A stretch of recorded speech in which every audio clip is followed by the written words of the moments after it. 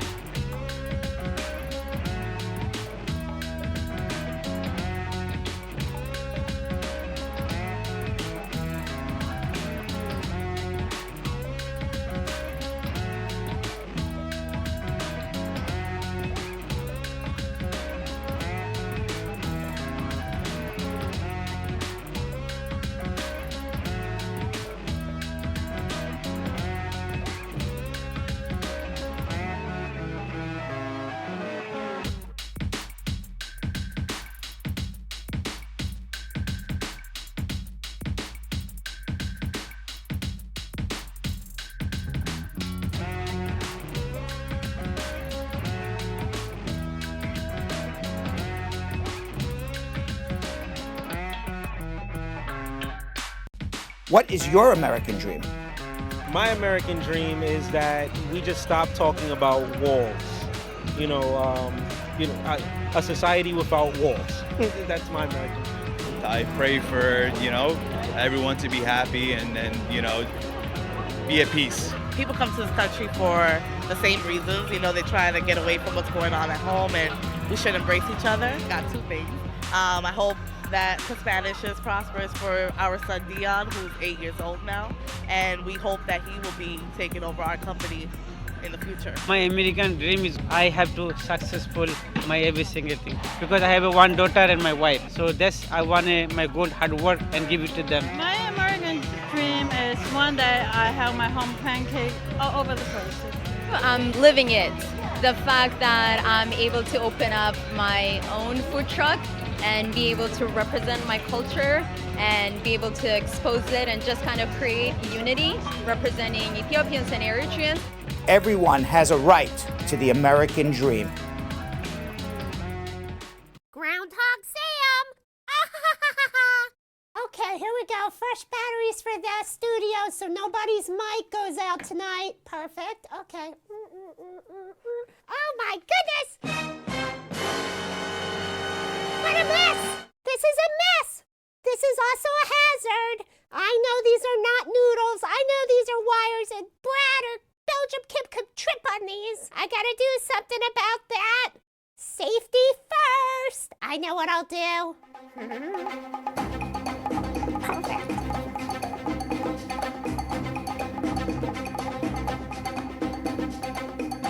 All right, I got some tape. I'm just gonna tape everything up now. Gaffer's tape is the best. It tapes everything. It's awesome. Hey! Hey! I can't see. Oh, this is hard. It's all speaking on me. Help! Help, Brad! I got taped under the desk. Help! Nobody knows I'm in here. Oh, no. Hello? Oh, goodness. Well, at least they'll find me right around 5:30 when the show starts. Ha, ha, ha, ha, ha. That's why I'm just hanging here waiting for somebody to find me. Did you miss yesterday's episode of Bradshaw Live? Well, in case you did, we had social media influencer Jorge Narvaez on with his daughter Alexa, and they gave us a real in-depth look on what it's like when a family member is held in ICE detention because Jorge's mother, who is Alexa's grandmother, is Mexican, and she was held by ICE for 3 months. She was released. And now she's still fighting for her immigration case. She's also battling cancer. But Jorge and Alexa have become real immigration advocates, and they really help to explain how it is when you have somebody who is going through the immigration system here in America. What's on today's show? Well, you'll watch and you'll see. Now is the time that you've all been waiting for. It's time for Bradshaw Live, starring Brad Bernstein with host Belgium Kim. And I can't wait for the show to start so they can get me out of here. Oh, it's sticking to my fur. Urgh.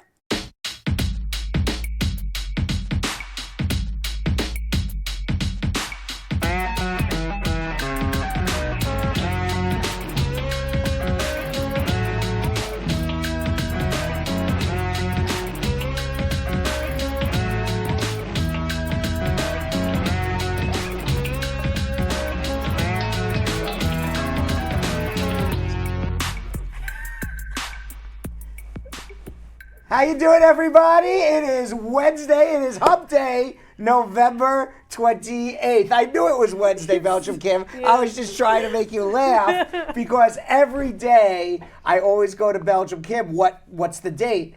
And Jilly Bean just told me, Brad, I've now been the producer here for about 14 months. Every day on your cards on here, on the first card, it says the date. It says it right here. Yeah. If you get close up, that. it says it. If you get close up, it says it. Where we go, So there's the date, and it's there. Right there. It's right there every day. So when you start your host chat, you see what the date is, and every day you start the show, you go, what's today's date? And I said, I have to tell you the truth. For 15 months, I've been looking at these cards, and I never saw the date. Yeah. What is that? You've got two whole pieces of paper in front of you that very clearly state the date. Yeah. And every day you struggle. But what is that, like a Freudian thing? Like I don't want to know the date? Why I do don't you know. not wanna What's know the the date? psychological, you know? No, I think in your brain, the way you scan is you look at only the things that you think are vital, and in your brain, the date isn't vital until the exact moment where we go Yeah. on, and you're like, that's Yeah, because I don't really study these cards ahead of time. No, you don't. I have no Brad. idea what's No, on you these don't. cards. No, you Until don't. the camera starts rolling. That's correct. Right. So, Belgium Kim, how are you today? I'm doing fantastic, Brad. Yeah? I'm doing fantastic. Really? Yeah, it's a good day. I'm in a good mood, too. Why are you in a good mood? I'm just jolly. Oh my God, you're a jolly. Very jolly guy. Jolly, jolly, jolly, jolly, jolly. All right, so hello, everybody. That was my jolly dance. The cheer has officially penetrated Bradshaw Live. That is right. What is officially penetrated? The cheer The cheer. has officially penetrated Bradshaw What was? Live. Can you repeat that cheer? I don't even know what I just did. What did I just do? Oh, I know. I'm the jolly cheer, Yeah, right? you did. I want to try. Should I- Jolly, jolly, jolly, jolly, right? jolly, jolly, Yeah, jolly. No, it goes like this. How does it go? I'm jolly, jolly, jolly, jolly, jolly, jolly, jolly. That is how it goes. Wait, should we try to do it together? No. it's a one.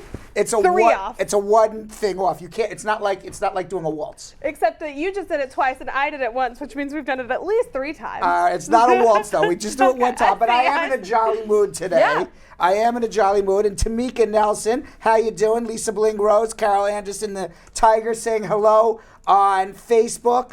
Deanna Love, Dionne Watson, Ma Dukes, Jella Shorter, Asset Lindo. Has she been watching this week, Asset Lindo? You know, I feel like today's the first I day. feel like that we today's say the hi. first day Assets. We've said hello to Asset. Where you been? Yeah, where you been? Jella Shorter, what's going on? Doreen Lindsay says, good evening, Brad. How are you? Lisa Bling Rose, in capitals as usual. Hello, Jill. And hello, Jill. This is basically what she's saying, right? Hello, Jill, and the rest of the crew members behind the scenes. One love. One love. Red heart, yellow heart, it. green heart, telephone. All right. My favorite is when you read emojis. Yes, That's I love my it. favorite. Abigail Taylor Watson, how are you? Daughter Harriet. Angela Barrett says hi, everyone. And who else we have here? Princess Modern Uniqueness says hi, Jill. Jill is getting a lot of love. Well, Jilly yeah. Bean gets a lot of love. Well, yeah, she Do you know I told Jilly Bean that she should be part of our show? Yeah. She's in the background, like the Yeah. Wizard of Oz. Right. She is You know, the she true really Wizard is of the Oz. true Wizard yeah. of Oz. Yeah. Except she's not a little short person. She's like a tall, beautiful woman. Right. But I said she should be part of our show. Yeah. She should mic in and say, "Hey guys, how are you?" Yeah. You know, everyone's saying hello to Jill. She should say hello. How are you? Absolutely. I agree. Because honestly, I feel like some of the funniest things that end up being said on this show is because Jill whispered it. Not all, but Jill has some hilarious little asides. She is. She's very funny. Yeah. So then the other day I said, why don't you come on camera? She goes, I didn't get my hair done. Yeah. I go, do I look like I get my hair done Every before day. I go on camera? Every day. No. You look polished as hell, Brad. Do I? Yeah, but that's the male advantage situation. It is. though. It is. You just, Look the at male you. the male advantage is Yeah. you put some soap on your face in the morning. Yeah. You brush your teeth and you walk out of the door. You know, And hopefully you put on some deodorant before you do that. I'm so angry. We had somebody, Right? I mean, it's 15 seconds. That's what I have. Yeah. So I got a message the other day that's like, hey, I overslept my alarm. I'm going to be a little bit late. I was already on the train when I got that message. We crossed paths in the elevator lobby. Who was this? No, I don't want to call him out. One of our team members. Well, it's a man, so obviously it's Julian, the TriCaster guy. We need more men on our team. That's right. Sanjay White has the flu. I hope you feel a little better. Carol Aris, Hope Burrell, how are you? And Groundhog Sam. Groundhog Sam saying thanks to Marjorie. I don't know what Marjorie said to Groundhog. And what else is going on our Facebook feed here? Molly and Loban Martin thinks just Sam is really funny. And Angela Barrett, I said Angela Barrett, right? Anybody else here? Your boo Denisha is here. Oh, I saw Denisha. I saw her. I just saw her name fly by somewhere. Denisha, how are you? Don Harriet agrees. And Denisha having a little beef with Tamika right now. Is that so? I don't know. What's the beef? Well, I don't know if it's a beef, but Denisha's getting a little insulted. Tamika, she says, "Am I invisible tonight?" That's true. Because Malia said, I don't hear my name. And then Tamika and Denisha were both like, yeah, we must be invisible. Well, I didn't get that far yet, Melia Loban Martin. Yeah. I'm sorry, Malia Lobin Martin. And I'm also sorry to Natoy Dixon, who I have not said hello to now either. you have to apologize to all the people you're I sort of about have to to. Yes. Now let me up. also apologize to Jeff Bosey. I didn't say hello to him. Yep. And Squad up, man. Denisha Castillo. Christine Quest Walker. I am sorry, Christine Quest Walker, that I did not mention you in the first 10 names. I feel bad. Is that the threshold you think that the Brad Squad likes? Yeah, they want it's to like be in the you have first to be 10? like the top 10. Yeah. You know, and then they get very insulted if like true. they're like, oh, how come I'm not a top fan or a valued commentator? We don't do that. And just in terms of saying hello to people, I start at the top. So I don't want anyone to be insulted. I start at the top. So the first few people who say hello when the show starts, I definitely say hello to you guys. Right. And then what happens is all the comments start coming in really fast and furious. That's true. And I start flipping my finger like this because I don't have time to read everything. I'm on a live show. Right. Right. So don't be insulted if I don't say hello to you. I'm not doing it on purpose. That's true. I love everybody who watches every day. And also, Facebook doesn't show all the comments. We right. can only we don't see see. like I the don't. last Right. 100 Sometimes. comments. Yeah. Sometimes I typically. don't even see them. Yeah. Like for example, I miss Velma Gale. Yeah. I just saw Senke White. Yeah. Velma Gale also getting insulted. What did Velma say? She says, "What am I not tall? I don't see Brad. You know, Brad doesn't see me." That's cute. That's cute. Just Call Me Joelle said, I haven't heard my name. Exactly. Now you have. And now I got to get to YouTube because YouTube, they're all probably say, why is YouTube like the second cousin? Yeah, you know? they're like, oh, we're chopped liver yeah, we're over always here. the second cousin, like Right. the last one's invited to the table. We save the best for last. Olwatomi Fawahimi says, are you guys online now? What do you think? What do you think? You think we are? I think we might be. I think we might be. Diane Wright says, I'm here. Lady Leah, hey. Carol Anderson. Nezzy Show TV says, hello, good evening to the team. Renee Bryson needs help, but she wants to know if there's a possibility for her case before she pays the consultation fee. Turns out. I'm Rack your brain, Brad. I know. I'm trying to like figure out her entire issues Right. before she pays the consultation fee. I think you should. Just get there. Renee Bryson, will there be a possibility? How would I know, Renee? How would I know if there's I got to talk to you first. Yeah. You know, I tried to read through osmosis all of your issues, and I just can't. You need to have a consultation. I tried, though. That's true. I mean, I really gave it an effort. Ruthie Cutie. You did. Is she drunk right now on the wine and sake we sent her? I don't believe it's gotten to her yet. You don't think it has gotten to her yeah. yet? You don't believe... Oh, and now Renee has retracted her message. But she's got a question. She's already left her question, Okay, so good. we'll get to your Good. question during social media. Ashley Thomas, good evening, Brad and Brad's squad. Amro Jabril has a question. Afzal A, what's going on? Never misses a show. And Chelsea Hazard says, good evening, Brad, and blessings, your co-host, Belgium Kim. Is that a bunny ear or a peace sign? I'm going to go... With peace sign. With peace sign. Peace out. Yes. Yeah, bunny ears and would Carol look cute. Anderson agrees it is yes, no more war, peace. Carol Anderson is not saying yes, no more war, bunny ears. Right? That would be such That an would be awkward thing. awkward and odd thing to say, right? All right. So, and Afzal A, What do you liking the only immigration comedy show in the entire world. You know. Okay? There is no other immigration comedy show in the entire world. There's no way. That also has no comedy writers. No, that's true. Right? We're all very unfunny people writing this. Exactly. There are no comedy writers at all at Bradshaw Live. It's true. All right. Yet we are the only immigration comedy show, and Afzal A, recognizing this, Yes, he is. says, keep it up, Brad, your immigration help and jokes sure brighten all the Brad squad up. Man. Everybody gets it now. Listen. I think people are starting to get it. People are starting to People get are starting to because get it. when people ask me what I do, like I met new people over Thanksgiving and they were like, what do you do? I try to describe the show in a single sentence. You can't. It's impossible, Brad. It's Right. impossible. You got to watch the show to know. Meanwhile, Yeah. I just want you to know something. What? At this very moment, Yeah. this could be a first ever. Oh my God. Okay, we have more people watching on YouTube than we have on Facebook right now. Just saw that. Did you just see that? I did. I don't know what happened to Facebook people. I mean, I don't know what happened to them. are we? They just don't share anymore. I'm not even going to have a game for sharing today. Ooh. There will be no. By the way, pretty earrings. Thank you. Are those real diamonds? Not on your, not on I your don't know. salary. Did you buy them for me? Not on your, you're supposed to say not on my salary, Brad. They're not real diamonds. We haven't had those renegotiations yet after the highest paid Yes. TV stars yesterday came out. Yes, I was not on that list. Maybe for 2019. You never know. Fingers crossed. Fingers crossed. Meanwhile, I'm going to be in the clearance section at Century 21 picking up my earrings. Yeah. So, and it's very funny because, I said to Jilly, Yeah. it was 5:30. Yeah. And nobody came to get me. And I said, Tom Cruise, they come to get Tom Cruise. And she's like, you're Brad Bernstein. No one comes to get you. You just show up at work and go to your The eye roll show. cannot be deep enough. What? The eye roll cannot be deep enough. Exactly. You are a smart, educated, very intelligent man. You know when it's 5:30, Brad. That's right. Nobody's coming to, and Nobody's- I don't even have a trailer. I'm just sitting in my office doing legal work.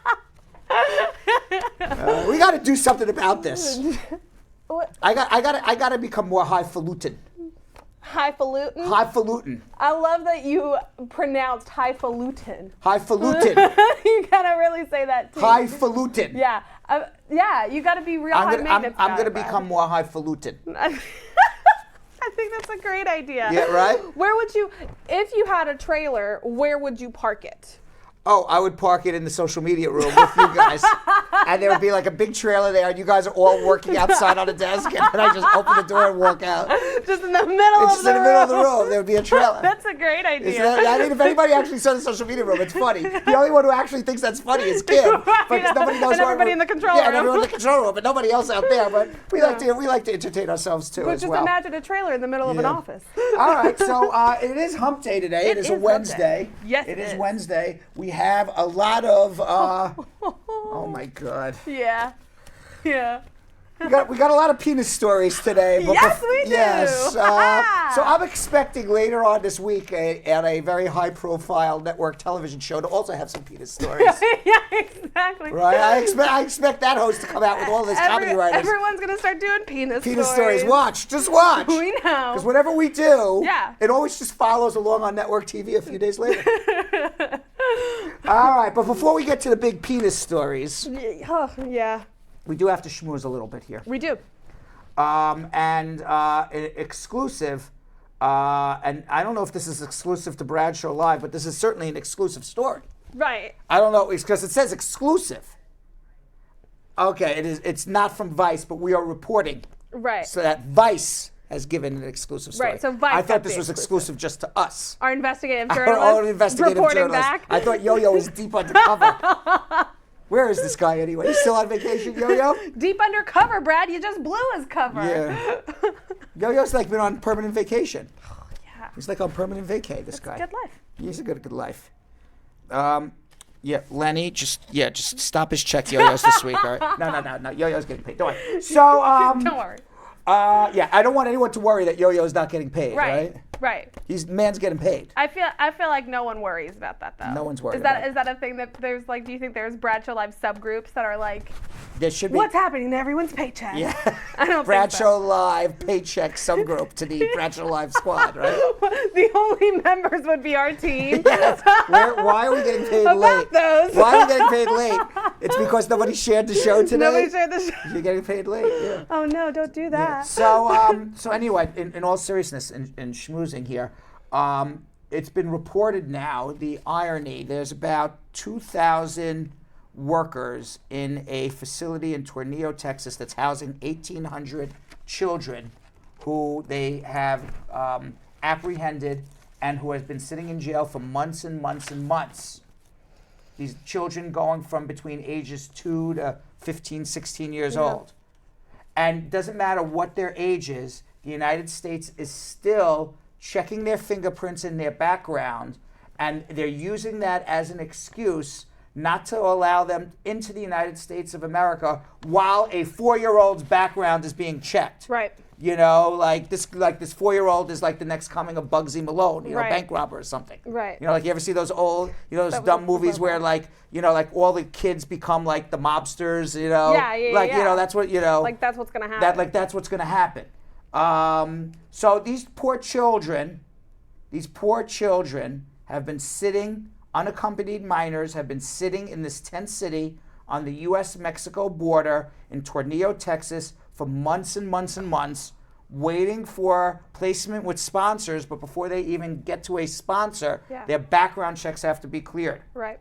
What they have determined is that the 2,000 adults that the Department of Homeland Security and the Department of Health and Human Services Office of Refugee Resettlement have hired 2,000 people to take care of these 1,800 children. Right. And these 1,800 children are the children who are sitting in this jail to get their backgrounds checked because we think a 4-year-old is a drug dealer. Right. Yet the 2,000 people who are taking care of these kids, no one ever checked their background. No one has ever done a fingerprint check on them. I mean, they could be 2,000 pedophiles working in this jail. What? The very people tasked with caring for 1,800 children between the ages of 13 and 17 in this Tornillo tent camp.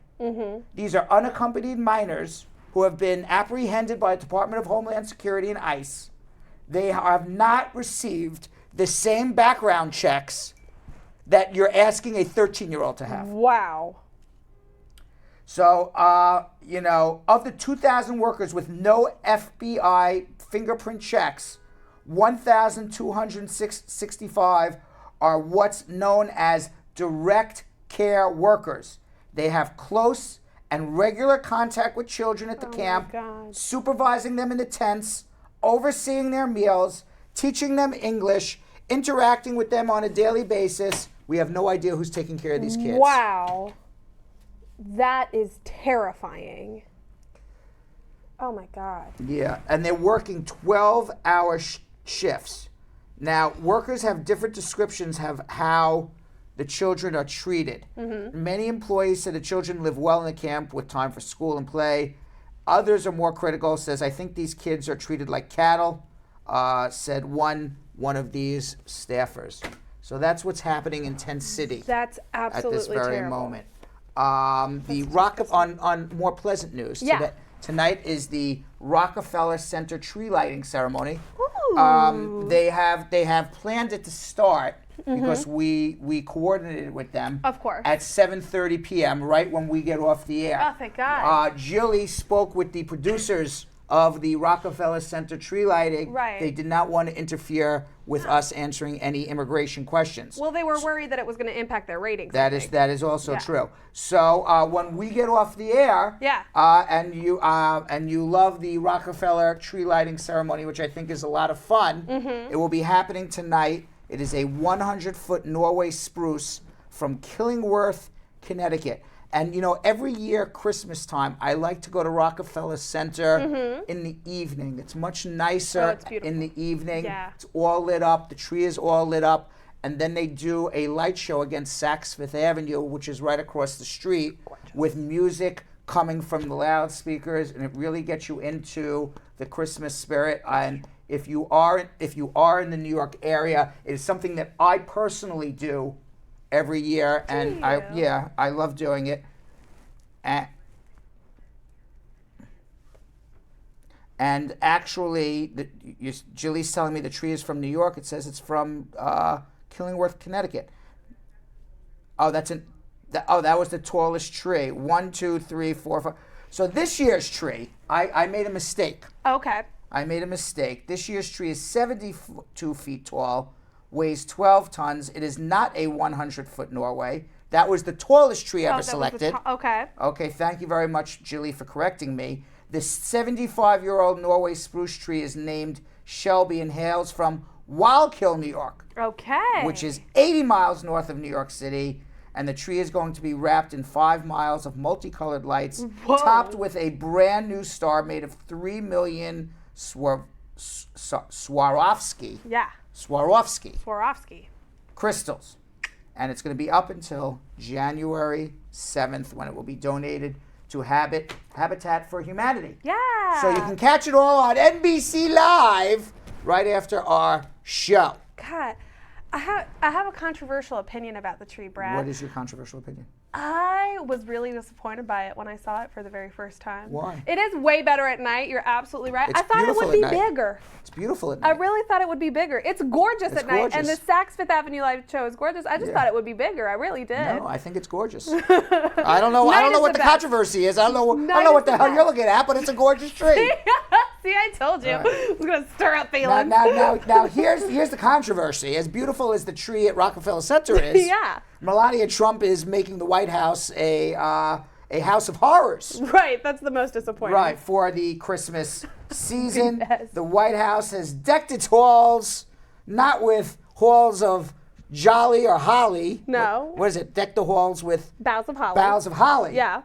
They are decorating it with bales of horror. What? Melania Trump, again, after last year's debacle Yeah. of the black and white Christmas decorations, Yeah.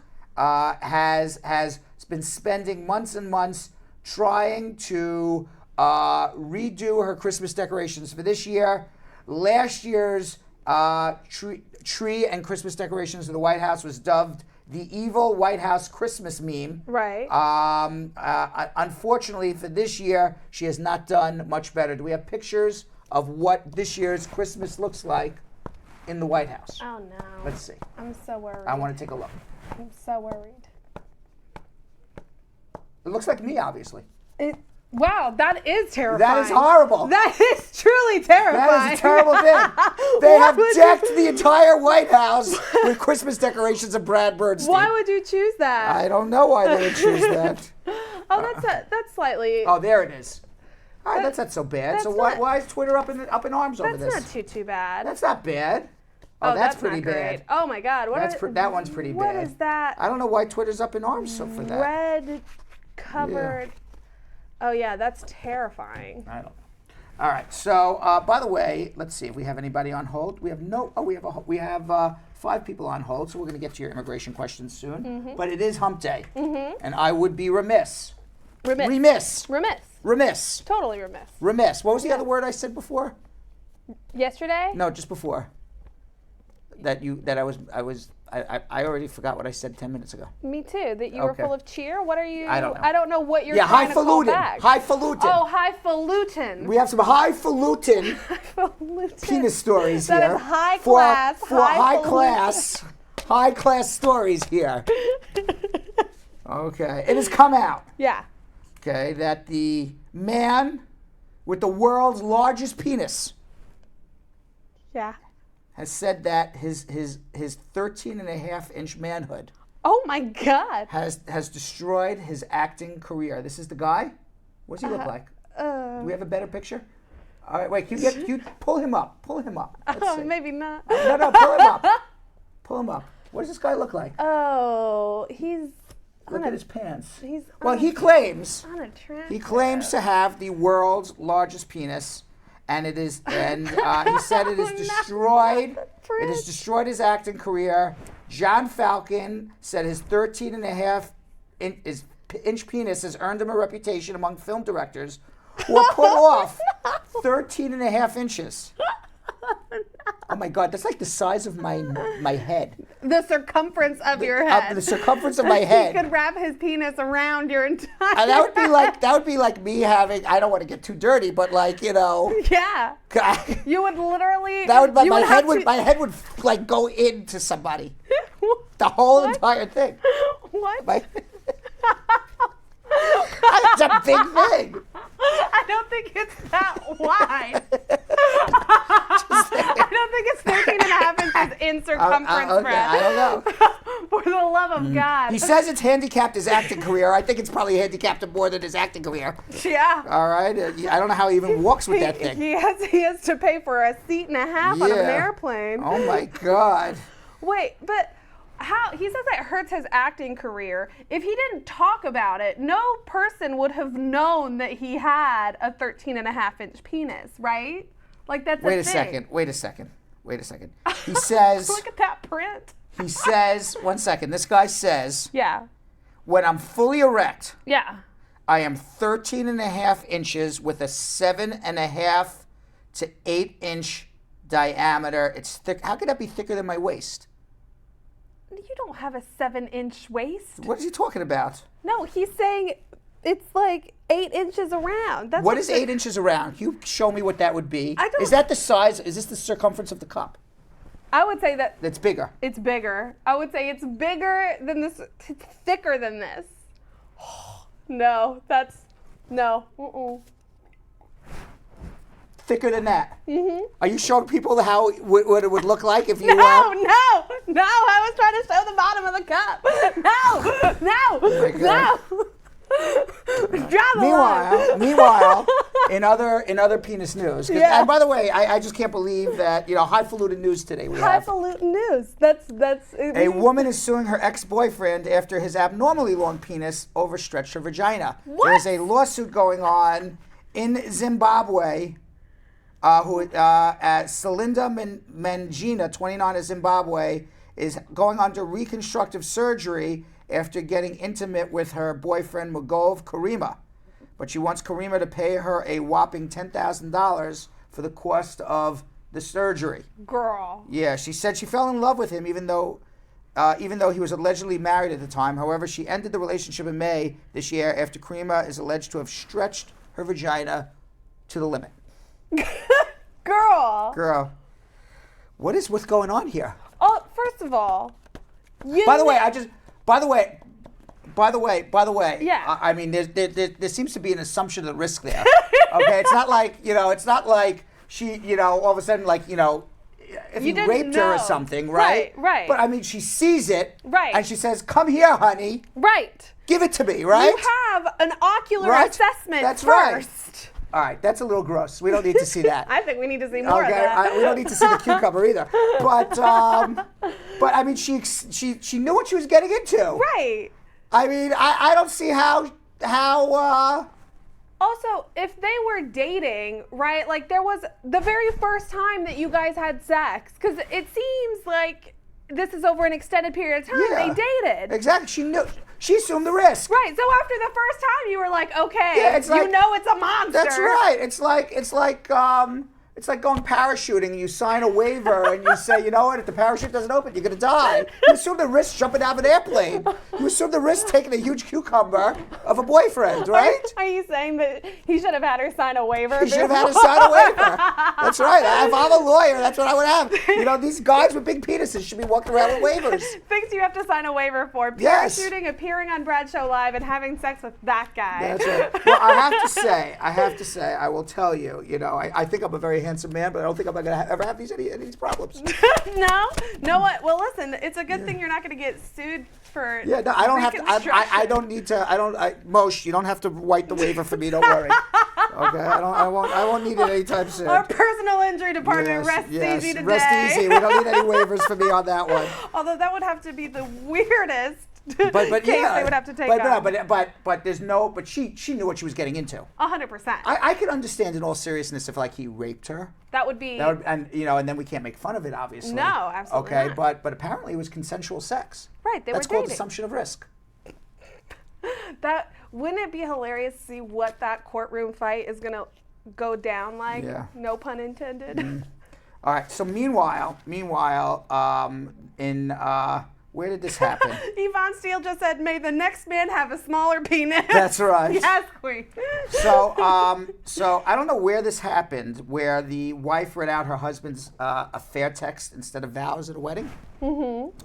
One bride-to-be experienced a completely different type of wedding day nerves when she stood at the altar and revealed the sordid details of her husband-to-be's affair to her wedding congregation. Oh!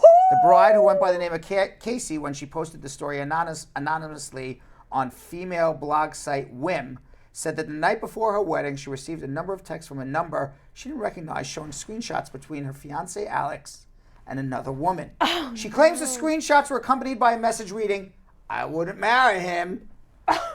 As proof, the woman sent pictures of her with Alex. Oh no! And Alex naked with his penis showing, along with text, more penises, along with text between the two, which detailed the affair dating back months, just around the time that she met her fiancé and started dating him. Girl, don't do it. The texts ranged from, this weekend, you and I, it is on Hot Stuff, bring your A game, to your body is effing incredible, and shit, do you know how to use it? I wish my girlfriend had half the skills you do. Oh, that's so rude. So, did this woman end up marrying Alex? Oh, no, she did not. So she walked down the aisle. Yeah. She walked down the aisle. Okay. They got to the front of the altar. The altar Yeah. or the huppah or wherever they were in front of. Right. And the pastor or the priest or whoever, was marrying them. And when they said, will you take, this groom to be your lawfully wedded husband, she says, no. No, I will There not. will be no wedding today. It seems Alex is not who I thought he was. And then she started to read out all of these explicit text messages.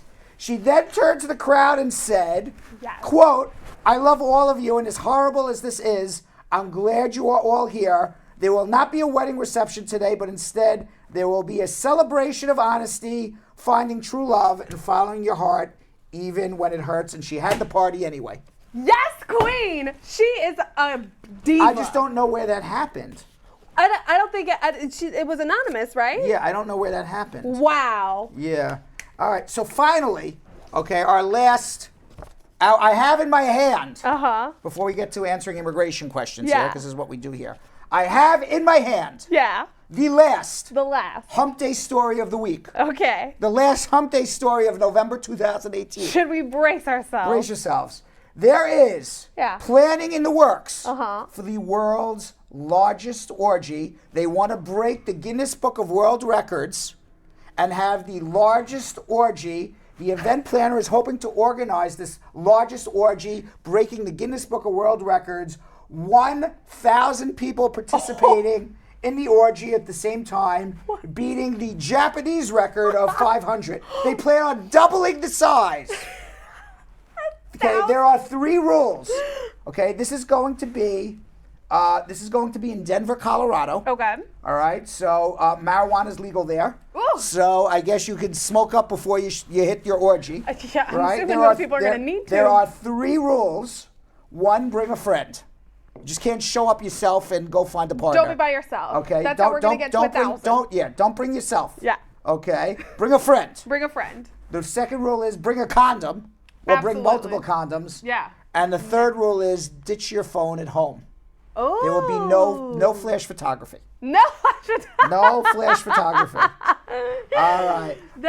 Those seem like fair orgy rules, quite frankly. So the person who's doing this is Pearl, and she lives in Denver. And she says, to make sure that people are accounted for and not too drunk and messy, we only let people into parties if they come with a friend or partner. That way, if someone passes out or makes other people uncomfortable, we can alert whoever they came with and tell them, get the hell out of our orgy.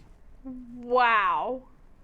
She says, I'm not sure what will happen, but I just know I want to be part of this. I consider it historical, monumental to the sex-positive community. For the most part, our community is hidden. Our orgy community is hidden.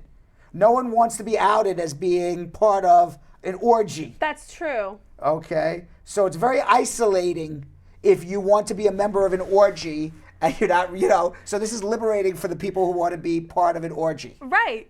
That makes sense, though. Yes. Like, no one has ever said, has anyone ever told you I've been to an orgy? No one has ever told me I've been to an orgy. I've never, and I will, Jill says someone told her she was in an orgy. Okay. But okay, Jill can come in and tell us all about her experience at this orgy if she wants to. I'm all ears. I have never been to an orgy. I've never been offered to be at an orgy. I feel kind of left out. You should be. I feel kind of left out. Nobody wanted to be part of their orgy. It's kind of almost like, I feel a little bad about myself that nobody would ever invite me into an orgy. Yeah, that's Have true. you been invited to an orgy ever? I actually You have. have. You have. I'll say it. Yeah, I have. Has it been invited to one. has it been by a member of the Brad Show? No. Nobody in the Brad Show crew has invited you to an orgy? I wouldn't dare grill anyone like that, but no, it was a long time ago. All right. So if somebody, Jilly, do we know if somebody wants to be part of this groundbreaking Guinness Book of World Records orgy? Do we know how to even reach out to become part of this orgy? No, they're not telling people. They're not telling people how to do it? Yeah, no. So how do you know? Why would they publicize this and not tell you where to find it? Because you got to be in that community already. All right, so it's somewhere in Denver and it's somewhere unknown time, but they're going to do it. Right, and if you know someone in Denver that tends to go to orgies, hit them up and ask them if they know. Say, we're at the orgy in Denver with 1,000 people. Find out. Yes. Oh my God. I got to tell you, thank God Hump Day's only one day a week. And let me tell you. I'm breaking in a deep sweat here. Natty Natefo just joined and she said, I'm new here and I'm rolling on the floor laughing. Yeah, Natty, she's like, what kind of immigration show is this? It's not a normal day. Yes. This is Hump Day. As Afzaleh says, the only comedy immigration show out there. It sure is. Yeah. All right, so now we got to get serious here. And we got to get to a time of our show that we like to call, what? No? We don't like to, the Titler is. Oh my God. Yeah, the Titler is just steaming up in there. Steaming up in there. I'm like imagining that scene from like Beauty and the Beast or whatever, steam coming out. Yeah, Mr. Titler over there. Like trying to knock it. Mr. Titler steaming up over there. He's kind of lost. I miss the technology days where you could just like take the thing out and blow inside the cartridge. So had the Titler been working today, what would have happened is you would have had a thing come across the screen that says, getting answers, call with your immigration problems. Mm-hmm. And for a year and a half now, every time that card comes up, I say it differently than what the card is. And I've said it differently probably 400 different ways. I haven't gotten it right a single time, I haven't gotten it right once. Not once. However, once the card's not there, I seem to know exactly what it says, right? Uh-huh. Isn't that interesting? Do you know what it says right now? I don't know. Let's see if we can tell what it says. Yeah, I'm going to answer your immigration questions if you got some answers to something, and I'm going to give you some answers. It says something to that effect, right? Perfect. So that's what we're going to do right now. We're going to call with your immigration questions. 1-800-529-5465. That's 1-800-529-5465. And if you're shy like me or you're shy like Belgium Kim, because we're really shy, sensitive people. Really? Right. We don't like to overshare. We're pretty reclusive. Yes. We're very shy, sensitive people. So if you are like us, and you are shy and sensitive like us, you can always sneak into the comment section either on YouTube or on Facebook. Leave your question on YouTube or Facebook, and I will be happy to answer it in about 15, 20 minutes. Absolutely. In something that we would call social media check-in, but we're not there yet. We're going to be answering your immigration questions right now. Anthony, how are you? Yes, hi. Brad? Yeah, what's going on, Anthony? Okay, I got two questions. Sure. The first one is I have a family member that lives in England, and they're married to a U.S. citizen, but they want to know how to go about actually the filing and how to come over here. Okay, so there's a U.S. citizen who lives in America, and are they married at this moment? No, they live in England. They live in England together. Mm-hmm. Okay, so years ago, if you lived in a foreign country with your spouse and you were a U.S. citizen, you would be able to go walk right into the U.S. embassy and get a green card, but you can't do that anymore. So if you want the wife to live here in America with you, the U.S. citizen has to file an I-130 stateside with USCIS, get it approved, and then USCIS would then forward everything to the National Visa Center where the U.S. citizen would provide an affidavit of support, and then the file would be transferred back to London, England for the wife to get a green card interview. And it takes about 15 months, so if they want to do it, they should do it right away. If they want to do it as fast as humanly possible, there's nobody faster than a speeding bullet than Brad Bernstein. So hold on one second, all right? All right, let's go to Omar in Charlotte, North Carolina. Omar. Yes, hi, how are you? How are you? Good. I have a quick question for you. I already applied for my wife for I-751 to remove the condition. Right. Me and my kids receiving food stamp. Is that going to affect her? No, removing the conditions of your permanent residence, it has nothing to do with your financial situation. Just whether or not the two of you live together in a bona fide marriage. Because the food stamp service, they told me I cannot remove her name. It has to be on the list. That's fine. It's not going to prevent her from getting her green card. I promise you. Oh, what about her citizen? Because she, it's not going to prevent her. It's not going to prevent her from becoming a citizen unless Trump changes the rules. But as of the moment, you're okay. I'm okay. Thank you very much. You're very welcome. Let's go to Kim in Cary, North Carolina. Kim. Hi, Brad. I got a quick question for you. I have a friend. He was here in '87. He's from Nigeria. He was arrested for possession of heroin with intent to distribute. At the time, he was a green card holder. He did his time in the federal institution. He was released and deported. He has a son that is a citizen who is here. He is 25. His son wants to try to bring him back over. All right. Let me stop you. And let me say this. If you are deported for a drug trafficking offense, and it sounds like a serious drug trafficking offense, that is a permanent bar to ever getting a green card. There is no waiver for it. So the son, he could have 25 U.S. citizen sons here. He's not coming back through a filing by his son. There's no waiver for it. He can't get married to a U.S. citizen. There's no waiver for it. So the only way he would come back is if he was deported unlawfully. And generally, you would be deported. I've seen situations where people were deported unlawfully as drug traffickers when, in fact, they were U.S. citizens. And they didn't realize they were U.S. citizens because they had green cards under the age of 18, and one of their parents was a citizen at the time.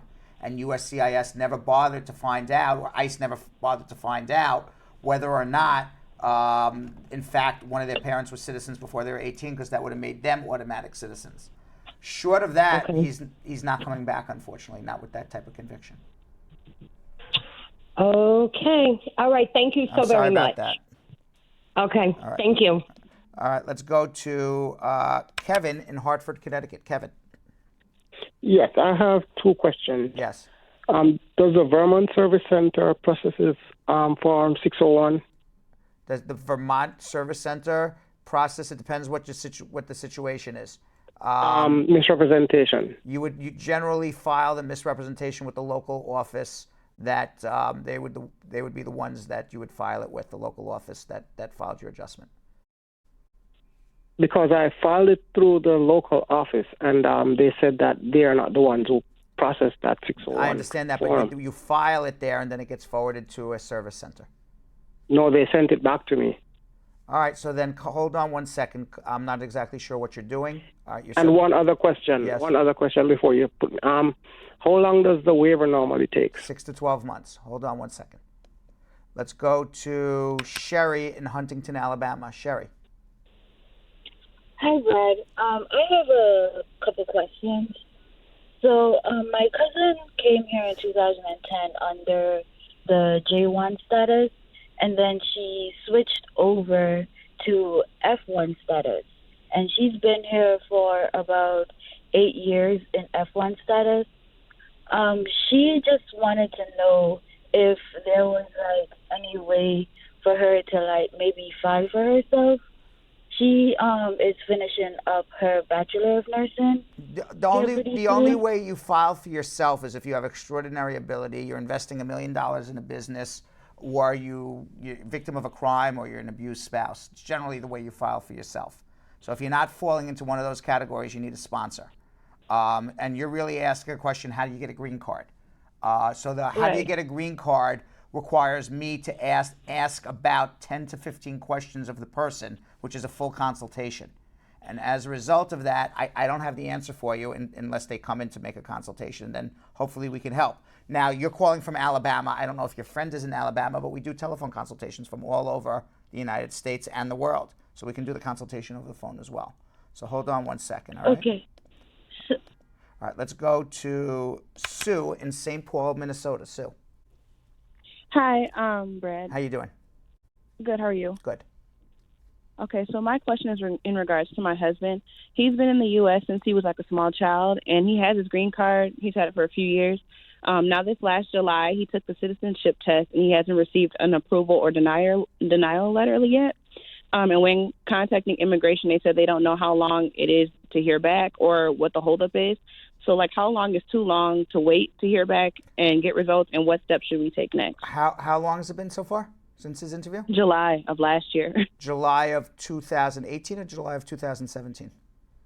July of 2017. That's right? What year are we in? We're in 2018. 17. Sorry. So it's a year and a half. That's 1 year and 2 months way too long. All right. Okay. So the resolution of this is 2. All right. You have 2 choices. You can wait and sit potentially forever for a decision. Or what I would suggest you do, and do it immediately, is file what's called a mandamus. A mandamus is a lawsuit. You sue the federal government, and you're not suing them for money. You're suing them to do their job. And their job is to resolve your citizenship application in a reasonable amount of time. And a year and a half is not a reasonable amount of time. It's unreasonable. So okay, yeah, because we've contacted we had like someone on the case for as far as like a lawyer, but all they're sending is a letter saying, hey, again, all right, you can write. You don't need a lawyer to write, hey, what's the holdup? You could write a letter saying, hey, what's the holdup? You could have your congressman write a letter saying, hey, what's the holdup? Okay, and you want to know what that gets you? Generally gets you bupkis. It's a Yiddish word for nothing. All right, so what you need to do is get some teeth. You need some teeth. You need to bite back at them a little bit. So how do you get some teeth? You go into a federal court and you tell a judge, order the immigration service to make a decision. Thumbs up, thumbs down. But they can't hold on to my application forever. And I will tell you, generally speaking, when my office files mandamus actions, what happens is within 15 to 20 days of filing the mandamus action, we get a call from the U.S. Attorney's Office, and they say, what the hell is this crap? We don't want to go to court for this. If we promise to give you a decision in 60 days, will you drop the case? And we say, generally, yes, we'll drop the case. When we make an agreement, they'll make a decision in 60 days or 30 days or whatever it is. And I will tell you 99% of the time that's what happens. But you just got to give them a kick in the ass and give a little teeth behind it. That's what needs to happen. So if you need help, we can do it. Okay? But you can sit around, write letters all day long. Nothing's happening. Hold on one second. And we were just talking about that with Jilly today in Abadir. Yeah. Okay? Jilly even remembers me talking about that, right, Jilly? Yes. She says yes. She says yes. Yes. Nobody else hears to say yes, but I heard it. We'll convey the message. Yes. She said yes. I promise you. All right. Kim in Brooklyn, New York. Kim? Kim. Kim? Kim in Brooklyn, New York. We're going to go to Michelle in Macon, Georgia. Michelle. Hello? How are you, Michelle? I'm going all right. How are you doing, sir? Fabulous. What's going on? Oh, I got a question to ask, right? Yes. I done my fingerprint taken from, I'm married to a U.S. citizen. And I already went to the immigration and do my fingerprint taking and my picture taking already. So I just want to ask you how long you got to wait for it go through for your green card. It's 12 to 24 months from the time you initially file. So when did you file? I filed this year, February. All right, so sometime between now, my guess is that sometime between now and the end of the summer you'll get an interview, but everybody's different. Oh, okay. All right, just hang in there. If you got your work permit and social, that means everything's going good. No, I ain't got my work permit yet. I done do my fingerprints and taking the picture already, but I did not send my work. When they got it, I'm pending. 1 second. So your application has been filed since February and you still don't have a work permit? Yeah, I don't got no work permit. All right, so then you're doing something wrong. You hold on. I was about to say you're all good. Now I'm going to tell you, hold on, you need a lawyer. Hold on. Okay. All right, let's go to Simone in Yonkers, New York. Simone. Hi, Brad. Good night. What's going on? So my question is, my green card, the 2-year expires from last year, 2017, in December. and I did all the paperwork and sent it in and did the fingerprints from November the 3rd of 2017, and I haven't heard anything from them until now. Did you get an extension for? You're talking about your 2-year card, right? Yes. Did you get an extension? Yes, I went in office and got an extension. Okay, so it's pending, and it's taking them 2 years now. Everything is slow at immigration. Thank you, Donald Trump. That's basically it. All right, hang in there. Oh, so I shouldn't be worried No, then? don't worry. It's a 2-year process now. It's sickening. I know. All right, it used to be Okay, 6 thank months. you. 5 years ago, it was 6 months to remove conditions under Obama. All right, hang in there. Let's go to Jenny in Queens, New York. Jenny. Hello. Hi, Jenny. How are you? I'm good. How are you? Good. What's going on? So I'm an international student, and I was just wondering if my mom has petitioned for me. Is there any way I can change my status? She did the petition before I got my student visa. When did she file for you? She did it back in 2013. Okay. And I came here in 2016. How old I'm over 21. When she filed for you, were you over 21 or under 21? Yeah, I was over 21. All right. And your mom's a citizen or a resident?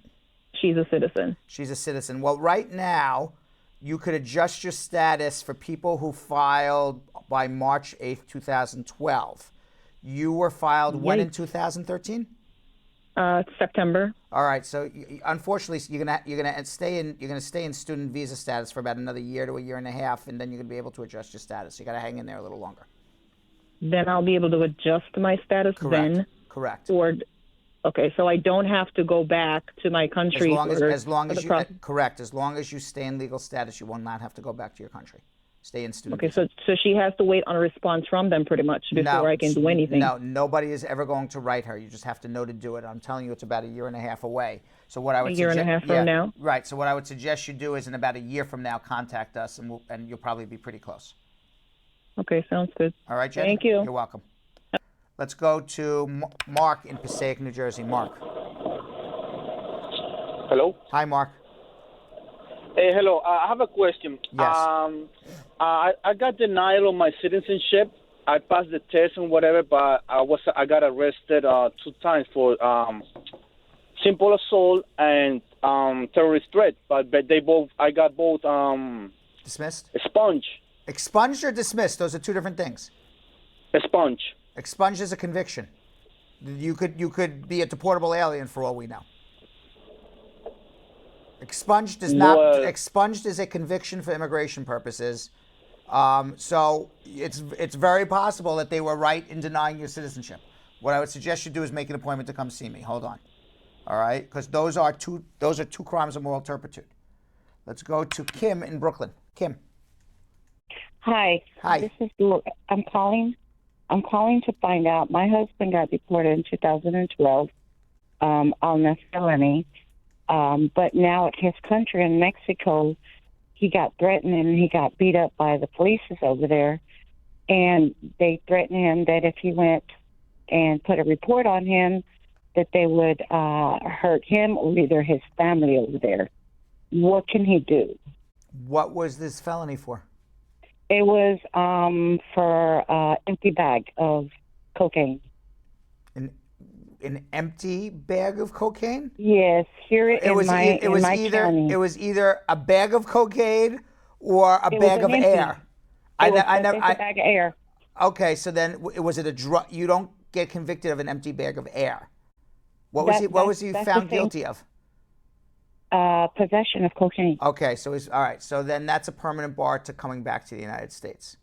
Possession of Okay, cocaine. not even if he's getting threatened and beat up over there by the cops? Even if he's getting threatened and beat up by the cops. I mean, he could conceivably come to the border and apply for asylum. But you see what's going on with coming to the border and applying for asylum these days. Trump is tear gassing people. So he would never be able to apply for asylum. What if he's getting beat up by the cops? He should move towns, move to a different town where the cops don't beat him up. But that's the thing. He doesn't have anywhere to move. That's where his family lives. I know, but so he and his family got to pick up and leave. I'm just giving you realistic advice. Mm-hmm. Okay, so I mean, if you're in a town and every day you wake up and you walk down the street and the cops beat you up, you say, okay, maybe I'll move to a different town where the cops don't know me. Okay, so there's no need for him to go and ask for asylum, right? No, because they're not gonna take him back anyway. He has a drug offense here, and that's a permanent bar to returning, unfortunately. Even if they deported him for 10 years, can you? What about after 10 years? Even after 10 years, if you have a drug offense, Mm-hmm. drug offenses are one of the few offenses that you can never come back on. Okay. All right. Sorry about that. No, thank you. Okay. All right. Let's go to Renee in Queens. Renee. Hi, good night. I have a question. If you have a 10-year green card and you've had like any public benefits before, like just food stamps, could you be barred from coming back into the U.S.? Not at the moment. No? Not at the moment. Enjoy Not your trip. at the moment, but it's... I don't know. Trump says he it's wants to like- do something, but we haven't seen what he's going to do. And even if he So let does me it, ask- one second. And even if he does it, there's going to be a lawsuit, and there's going to be a temporary injunction by some federal judge somewhere saying he can't do what he wants to do. So go enjoy your trip. I mean, I don't know but what it'll if you be in had 3-4 no, years but down the thing line. is, But what? Okay, but you had it before, but you don't have it anymore. That's Just fine. Go making enjoy your sure trip. that- Go enjoy your trip. Okay, got it. All right. Okay, got it. All right. Enjoy the trip. Bon voyage. Sayonara. Adios. See you later. Why don't you make like a tree and leaf? Let's go to social media check-in. What do we got? I want you to just keep it going as long as I you was can. running out of things to say. Make like a banana and split. Yeah. We've got a question on YouTube from Ilix Roy, who said, I'm an F1 student for the last 2 years, but now my F1 is about to run out. What can I do? How can I stay? Go back to school. Yeah. Find somebody to sponsor you in a job. Yep. Find a family member to sponsor you. Get married.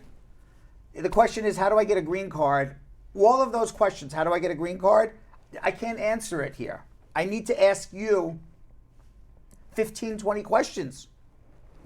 We'd spend half our show asking you questions about how you're going to get a green card. That's true. You need a consultation. That's true. Amro says, I applied for asylum when I first came to the States in 2015, but have yet to do an interview.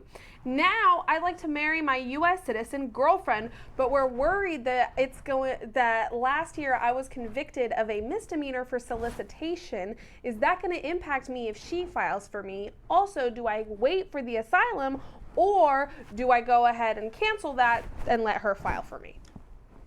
All right, a whole bunch of things. Solicitation of what? A prostitute? Was that what he's getting into? I'm assuming. What else do you solicit? I don't know. I don't know what else you would solicit. I don't know. I don't. If it's drugs, it's possession. No, I don't know. You can't. I don't know. I don't know. I don't question anymore. You can solicit lots of things. But let's assume it's a prostitute. Number one, I've been on interviews with people. Uh-huh. Okay? And the immigration officer is going to ask you those questions about what happened on the solicitation. So, and this happened last year, and you're married this year, and I assume you were in a relationship with your girlfriend, and at some point, unless this is a shotgun wedding. Unless it's right. Yeah. Unless it's I've been on interviews where all of a sudden, the girlfriend looks at the guy and says, "You didn't tell me about soliciting no prostitute last year. What you talking about?" And they had a whole fight. Well, at least you know it's a real couple. That's right. So the first thing is make sure she knows, okay? Tell her. All right, you got to come clean on that. And it is a crime of moral turpitude, and you will need a waiver if you were sentenced to more than 6 months in jail. And if not, then most likely as a misdemeanor, it's a petty offense. Okay. Nico Suave wants to know, do you have to fill out 2 forms, the I-485, the I-1450? Is that a thing? The I-45. There's an he's saying, do you have to fill out 2 forms, the I-1450, a $595 filing fee, and $85 for biometric services when filing to remove conditions on your green card, or can you just send 1 form charging $680? So it sounds like really one form, $680, and it's the I-751. I-751. Yes. Olaran would like to know, good day. I need your advice. It's been 6 months and I haven't received my work authorization. My I-130 has been approved, so I made a request over 2 weeks ago, and I still have not been assigned a caseworker. What do you think I should do? Have you filed an adjustment application? Because your I-130 got approved, but you need to file an adjustment for a work permit. Oh. Now, if you forgot to do that, you've already filed. I don't know what I don't know how, an I-130 would get approved if you were being sponsored by your, by your relative and you're on a waiting list, but that wouldn't entitle you to a work permit. If you filed an adjustment in I-130 contemporaneously, you would get a work permit while you're waiting for your adjustment interview. So when he says my I-130 is approved, it's making me a little queasy about exactly what you're doing and why you think you're entitled to a work permit. So either he forgot to file his I-485. I don't know what he's doing. I don't know what he's doing. We need more info. We need more info. Kajalia, I think, says, can a permanent resident apply for an adjustment of status for his spouse who's in the States? No, you cannot, but you can file an I-130 and you'll be on a waiting list for about 2 years. Famisa said, my friend's immigration interview is fixed for December 30th right now. Her husband is currently in jail awaiting trial for an aggravated assault. What can she do? Well, if the spouse is in jail for an aggravated assault, get some letter from the jail saying he's in jail, show up to the interview, say my spouse is in jail, and they'll push the interview off until he gets out of jail. By the way, Belgium Kim. Yeah. All right, I'm getting text messages from Jonathan Yo-Yo Elias. What'd he say? He wants to be part of this show. Well, he wants to be part of the show. He misses us. What? He misses us. Actually, saying, he says, when do I get to be part of the show? All right, Jonathan, this is for you. Ooh. Okay. We sent Jonathan Yo-Yo Elias out on the street during his vacation. That's right. Okay, to test a couple's knowledge about each other and their relationships in another edition of what we call Bratified Marriage. Let's play along with each other and your significant other and see if you would pass the test. What's up, Brad Squad? It's your boy Jonathan Elias out here in the streets of New York. We're gonna find a lucky couple. We're gonna give them some questions that we took from the Stokes interview. And if you guys don't know what that is, I'm gonna let you know right now. The Stokes interview is actually an interview that a couple has to take in order to file for each other. But our version is the Bratified Marriage. Let's go find this couple. And I found this amazing looking couple right here. My name is Ana Burgos. Ooh. I'm Julio Cuevas. Yeah, and where are you guys from? Miami. Woo! You guys are far away from home. What are you guys doing out here? Vacation. So we see Anna back there. Look at her. Yeah. She can't cheat, all right? Yeah, So we're going to talk a little low. How many people attended your wedding? Like 15. All right, Anna. You ready? Yes. So now, your husband did pretty good. He was very confident. So we're going to see how good you do. All right. How many people attended your wedding? There was, a lot of them. I really don't remember exactly the count, but it was all family. Okay. Give an estimate. Well, there was more than 30. When is your wedding anniversary? On the 22nd December. Oh, my wedding anniversary is on December 22nd. What did you get him for his birthday last year? Wow, we buy a lot of gifts for special occasions. It's a lot of them. What did he get you for your birthday last year? Well, he gives me a lot of gifts too. Ooh, okay, I like that. He's laughing back there. I give her a lot of gifts. Yeah, I always shower her with all kinds of gifts, different, occasions, yeah. So what did you guys do for Christmas last year? Last year we passed it with the family. Christmas last year, I know we spent it together. We always spend it home together. Do you listen to the radio? Yes. What's your favorite station? Latin. What's her favorite station to listen to? Spanish station. Spanish station. Okay. Do you know one in particular or just No, not really. Who sleeps on which side of the bed? She sleeps in the left, in the right, and me in the left. Okay, so Anna on the right and you on the left. Well, I sleep in the right side.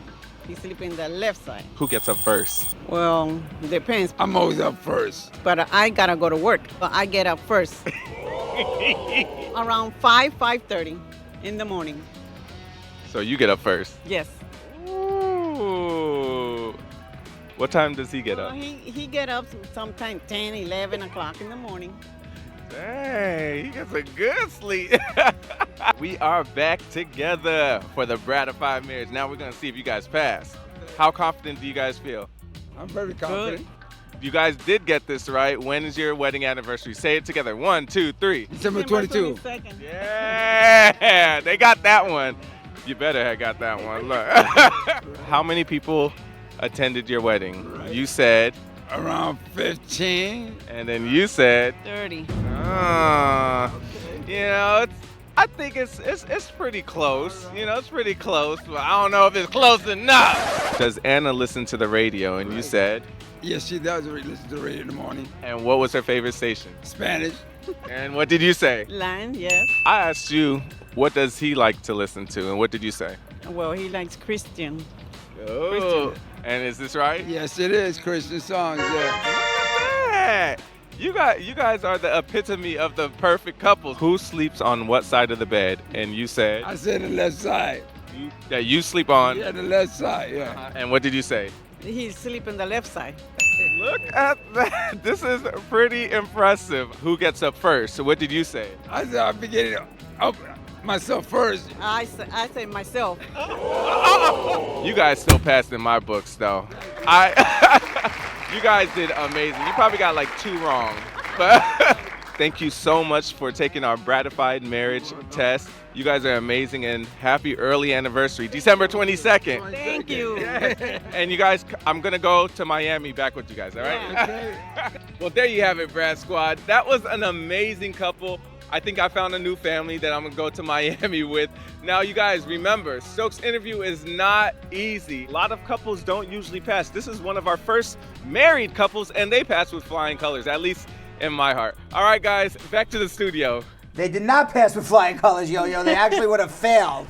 All right, they got their wedding question wrong. Out of 5 questions, I think they got 3 wrong. Yeah. Okay, and then showered with a lot of gifts. It's basically no answer whatsoever. And there's a real couple, and they would have failed their immigration interview for their marriage. So, Yo-Yo.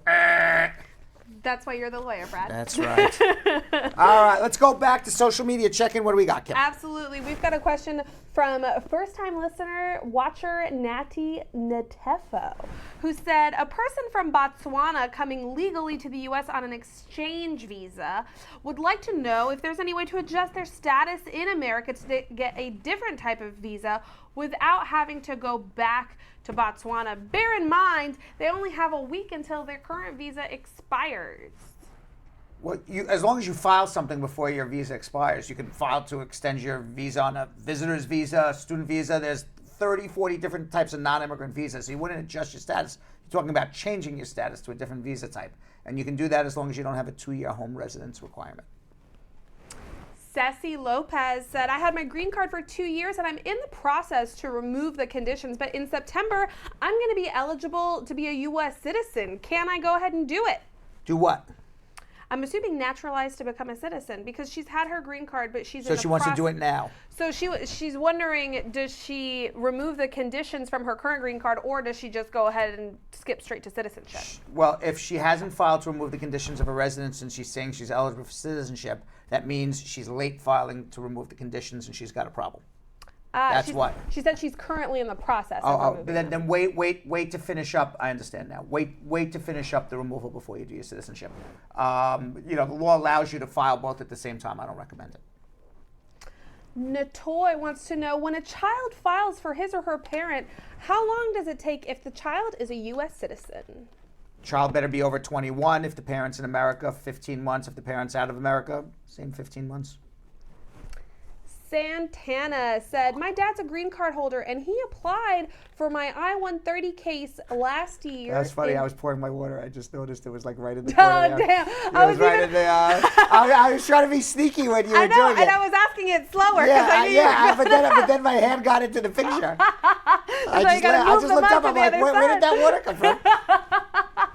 All right, what's the question now? Santana wants to know, my dad is a green card holder. He applied for my I-130 last year in 2017. How long is my case going to take to process?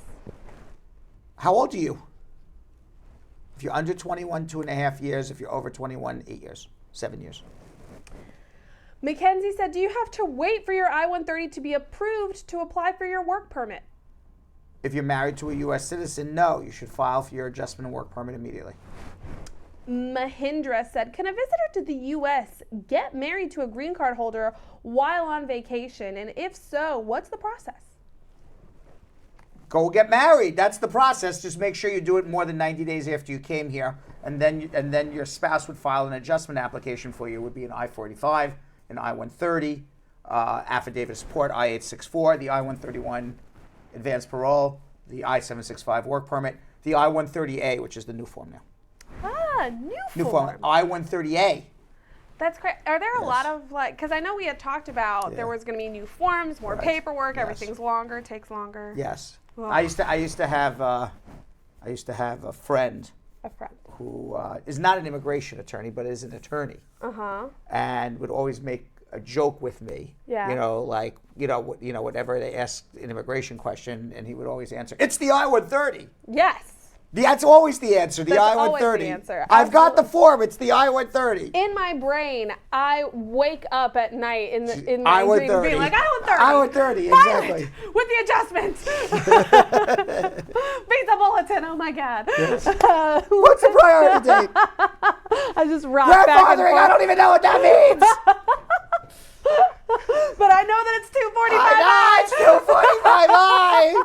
I just don't know where 245I is. I don't know where it is. I have no idea what it says.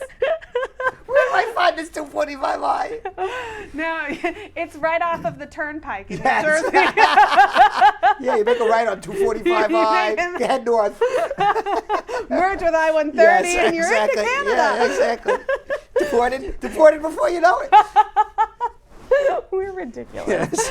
Lynn Brown wants to know, I'm asking for a friend, if my friend overstayed here in the U.S. but then got robbed, could they change their status? Could the fact that they were the victim of a crime help them in getting their status changed? There is something called a U visa. It depends on how serious the crime was.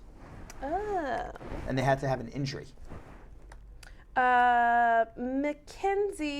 Mackenzie said, so Mackenzie had a follow-up. She was asking, do you apply for the work permit once the I-130 has been approved, or can you do before? The I-130 has already been filed. Do you have an adjustment pending is the question. And who filed this I-130 for you?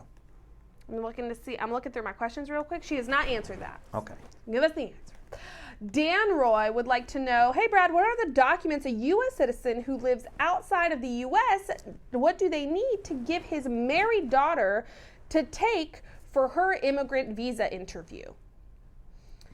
He's got to, so what documents do they need to prove his domicile in the U.S.? Dan Roy or Dan Roy? Dan Roy. Dan is an N. Dan is an N. Not like damn Roy. Damn, I thought it was damn Roy. I'm like, I like that name. Roy? No, Dan Roy. What documents that he needs to prove he's in the United States? Well, it says, what are the documents a U.S. citizen who lives outside needs to give them to prove his domicile to the U.S.? Your tax returns. There it is. I think you answered the question that needed answering. Carol Eris Holt-Burrell, the woman with many names, says, after a permanent resident filed for a spouse and the application is approved, could the status be adjusted in the U.S.? If I have the citizenship that's been filed, do they wait until the citizenship is approved, or do they go ahead and adjust the spouse's status? You got to wait until you become a citizen, then file an adjustment. Nobody's doing it for you. You just got to know to do it. Wow. Or have a good lawyer who tells you. Just does it. Olaran said, I applied for everything with the I-485, the I-130, and the work authorization. Fabulous. The I-130 was approved. Wonderful. But I've been waiting for the work authorization for over 6 months. How is that even possible, the I-130 was approved? Because if the I-130 was approved and you filed an adjustment, then you should have a green card. Something's error. Something is amiss. Yes. God. We are really highfalutin today. Highfalutin. Naveed would like to know, hey Brad, Can we send the application form, the I-130, to any of the USCIS service centers we want? I'm from Illinois, but do you know where the Illinois I-130s would go, or do I just send it to any place? No, just don't send it to any place. Do not. That doesn't sound like good. That doesn't sound like good. Yeah, go send it wherever the hell you want. Send it to Alaska. They dig it. On the form, it will tell you, read the form, it will tell you that depending on what state you live in, what address to mail it to. And there's a special zip code with that address. Now to Carol Aris Holt Burrell's question. Not zip code, I meant P.O. Box. The P.O. Box, okay. Yeah. She's saying that the spouse of the permanent resident who's filing has overstayed. So does that permanent resident still wait to naturalize and then they file the adjustment? Yes. Great. James Campbell says, can you do a waiver for a 16-year-old weapons conviction? Yes, you can. Sandra said, can you say how close they are in the F4 category? How close? My priority. Very close. Very close. What is the priority date? November 2005. They're up to April 22nd, 2005. Ooh, we're getting so close. And if you're in the United States and you're eligible to adjust, you can do it right now. Oh, this is exciting news. Exciting I like it when we give news. Good news. Mackenzie said that the husband did file the adjustment of status. He's a permanent resident, and he applied to naturalize in March. That adjustment will be denied. Aha. And, So what does she do now? What does he do now? Come see me. Come see Brad. Screwing up. Nope. Shan J said, how long does it take for someone to file for their citizen mom, to get filed for by their citizen mom? She filed in May 2013. They were over 21 at the time. Right now, they are up to August 8th, 2011, so you got about another year and a half to 2 years to go. Okay. That's all we got. No right mas. now. That's all we got. Well, Belgium Kim, Tell if me. that's all you got for me. Yeah. If that is all you got for me, I tell you what I got for you. What do you got for me? I got Ishmael in San Francisco, California. Woo. Ishmael, what's going on? How you doing, Brad? What's going on? I got my interview in Ciudad Juarez for December 18th. I'm married to a U.S. citizen. We have 3 kids. Great. I'm a little, scared of going over there. I have some tattoos. They're non-gang related or anything like that. I have my DACA. I've been approved for 3 renewals already. Mm-hmm. You recommend going out there or to Hawaii? Postponing the to Hawaii? Pardon me? Where's your interview? Adjustment interview in Hawaii? You said? Juarez. No, Juarez. Oh, Juarez. Why are you going to Juarez, Mexico? Because I was brought here when I was a kid. Do you have a provisional waiver? Yes, it was approved already. The provisional waiver was approved. Yes, sir. Okay, if the provisional waiver was approved, you otherwise don't have any criminal records. You have 3 children with your wife, so that's pretty good evidence that it's a real marriage. She has a good affidavit of support. They're going to make you take a medical exam. I assume when the doctor asks, do you do drugs, you will say no. I assume that if they ask you to pee in a cup, it will come back negative. And I assume you have no other communicable diseases. I also assume that the tattoos on your body don't say F you Trump or I'm a big supporter of Osama bin Laden, so you're not a terrorist. So 100% you will go to Juarez, Mexico, based on what you're telling me, and you'll be back in 2 weeks. Don't worry. In 2 weeks? Yes. Yeah, the only tattoo, I'm a little skeptical on. I got a skull in the back with a shotgun, but it's all right. no. They're not strip searching you. Don't worry. All right. So and there's no law anywhere in the INA. There's no 245Z1 that says tattoo on the back with a skull means no green card. Okay. You can have tattoos all over your body. You're entitled to a green card. Do you have an attorney working on your case? Yeah. Mm-hmm. And is your attorney giving you confidence that when you go down, that God forbid anything happens, that the attorney's going to be there for you? She said she'll help me out, but there's like a 50-50. Why is it 50-50? Especially in Juarez, you know how they are. They're really like. Yeah, but based on what you're telling me, there's no problem. I would much rather, given the choice of being in the United States under some sort of quasi-DACA status where you don't know what's going to be in a day or two or in a week or a month with DACA, and having lived my entire life here, versus going to Juarez, Mexico to pick up a green card, having a provisional waiver, and having no reason for Juarez to deny you lawfully, I would go to Juarez, Mexico all day long. Now, if you don't have the confidence to do it, it's simply because nobody is explaining to you the law and what can happen and how it happens and what goes on. You have to feel comfortable going. So maybe, just maybe you just want to have a second consultation with us. Let us look through all your paperwork, and hopefully we'll give you the confidence. I can tell you that every person that we have sent with provisional waivers, now I didn't do your provisional waiver, but every person I've sent with provisional waivers, nobody's ever gotten stuck. So, Okay. All right. So hold on one second. And right? if, for some reason get denied, is there any way to fight it? Yes, of course. Okay. Yeah, because I got my kids over here, and I don't want to be stuck out there. Yeah, I don't think you're going to get stuck, but I think maybe just have a consultation, okay? Yeah, if you could give me a consultation, I'll probably all right, hold on. appreciate it. Okay. All right. Let's go to Laura in Concord, North Carolina. Laura. For some reason get denied, is there any way to fight it? Yes, of course. Laura. Hello? Hey, what's happening? Hi, I have a question. Yes. Go ahead. I have my green card. I've had my green card for 2 years. And I have applied to remove the condition. Yes. And then in September, can I apply for the U.S. citizenship? You have to remove.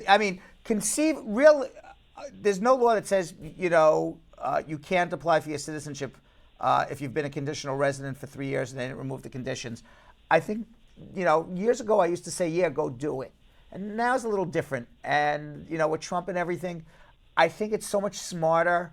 Just remove the conditions first, do one thing at a time, and then do your citizenship. Does that mean you can't do it? Yeah, you can do it. I just think you're looking for a harder and more difficult and troubling interview if you try to do it without removing the conditions. But I've been married for 4 years. Okay. So I just gave you my answer. In other words, the answer is yes, you can do it. I just think you're looking for trouble by doing it. That's basically my answer. What's the trouble? What kind of trouble? Because you haven't removed the conditions of your permanent residence yet. And now you're applying for citizenship. And once they make you a citizen, they can never take it back. So they are going to look at your marriage, and they're going to look at you with an extraordinary fine-tooth comb. It's not worth it in this day and age with Donald Trump as president. And they'll probably not make a decision on your citizenship case for years. And you'll end up having to sue them in some sort of mandamus. Okay. All right? Uh-huh. Reasonable people can differ, but that's my opinion. All right. With that said, Belgium Kim, I see Jonathan Yo-Yo Elias has decided to return. He's pumped up. I see he is on Facebook saying he is on the plane coming back. Woo, woo! It's about time. Coming back, Yo-Yo. It's about time. His chair is so cold. So cold. You know how cold it is? How cold, Brad? You're supposed to say, how cold is Yo-Yo's chair? I just said, how cold is it, Brad? How cold is Yo-Yo's chair? How cold is Yo-Yo's chair, Brad? It's really cold. I didn't joke. It's really cold. All that. Very cold. All that. Yes. Thanks, Meanwhile, you had gone, if you've seen the American Dream segments, we have some superheroes in there. Yeah. And that was all taken when Belgium Kim went to the Comic-Con in New York, which is the annual convention dedicated to fans of comics, graphic novels, animation, video games, movies, television, and a whole lot more. You may recall that Belgium Kim covered the event, and we aired part 1 a few weeks back, but we never got to part 2. There was so much going on there that there was a part 2 to this. Absolutely. So the visuals are amazing, and Kim met with people and a lot of superheroes and lots of interesting immigration stories, so let's check it out. I cannot wait to take you guys on this journey. We're talking to artists, creators, cosplayers. We're talking to everybody. Check it out. Yummy! Oh, no. The Negan verse? We are here. Now we have 2 Negans? I feel like the world didn't need 1 Negan. The world needs many Negans. We need you. We're saving the world, one person at a time. And the people who, of course, get in the way gotta go. Negan, who's Negan 1 and who's Negan 2? Okay. Wow, very humble of you, Negan. He's my mini-me Negan. Negan, what number Comic-Con is this for you guys? Oh my gosh. 5 for me for New York. Actually, 5 for me for New York as well. Wow. Are we always a pair of Negan? No, we discovered each other. Why Negan? Why not Negan? Come on. Easy peasy lemon squeezy. We are all Negan. Are we though? We are all Negan. You got red on. I am here with the absolutely fierce Nen. Nen, welcome. Hi, I'm a traditional painter. Most of the stuff that I do is capturing extreme despair in characters. So kind of like reinterpreting what is sexually attractive in females. In normal pop culture, it's generally considered that like people who are like kind of submissive are considered to be like sexually viable as opposed to people who show aggression. Kind of like take those elements into like my pinups and stuff like that, but then also kind of deal with like vulnerability and despair in like my fine art work. What inspires you to create? I take a lot of influence from like music. A lot of it is definitely just kind of like trying to capture something like surreal and find a new way of describing a specific moment. So is this your first Comic-Con? No, I've actually been here for 5 years. Science fiction and media in general has been getting a lot of flack for not showing enough diversity. Has that been something that you've seen change? A lot of the stuff that I see now is definitely like corporate cash grabbing. They see that there is a desire to create like more diversity in comics, but they see it more as like an opportunity to cash grab instead of doing something genuine. And I think that the solution is to instead support genuine stories from creators of color. And I think that that's super important. What's you or your family's immigration story? Well, my mother came over here in like the 80s. She was a translator in Taiwan. My father is white. She ended up being his translator when he was overseas. She married him and came over here. The rest of my family all lives in Taiwan still. Is this your full-time job? Yes, it is. Oh, that's amazing. Yeah. Hey, Brad Squad, we are here with Jason and Kareem. What are we cosplaying as today? King Mickey from Kingdom Hearts. Nice. Organization 13 from Kingdom Hearts. Is this your first Comic-Con? Yes, it is.